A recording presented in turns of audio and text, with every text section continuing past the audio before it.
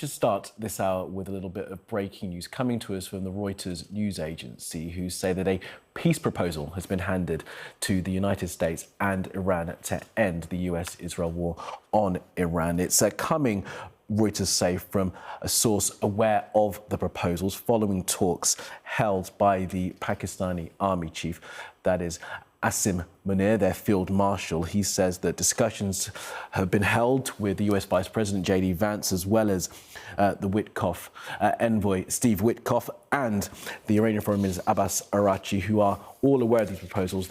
All sides have got them, and Reuters report that if agreed, the plan will lead to an immediate ceasefire, the reopening of the Strait of Hormuz, with a final agreement due in 15 to 20 days. Reuters also say that there is a two-tier deal involved in this, with a ceasefire first, so a pause in hostilities, and then a final agreement. That pause in hostilities, the plan to end it, needs to be agreed on Monday. Remember, Donald Trump has set that deadline of 8 p.m. US Eastern Time on Tuesday, before he says that he will bomb Iranian power plants and bridges and other infrastructure if Iran doesn't open the Strait of Hormuz and acquiesce to some of his demands. The proposal as well, Reuters report, includes Iran foregoing all nuclear weapons. Remember, one of the main bases of the war is said by the US and Israel that Iran can never have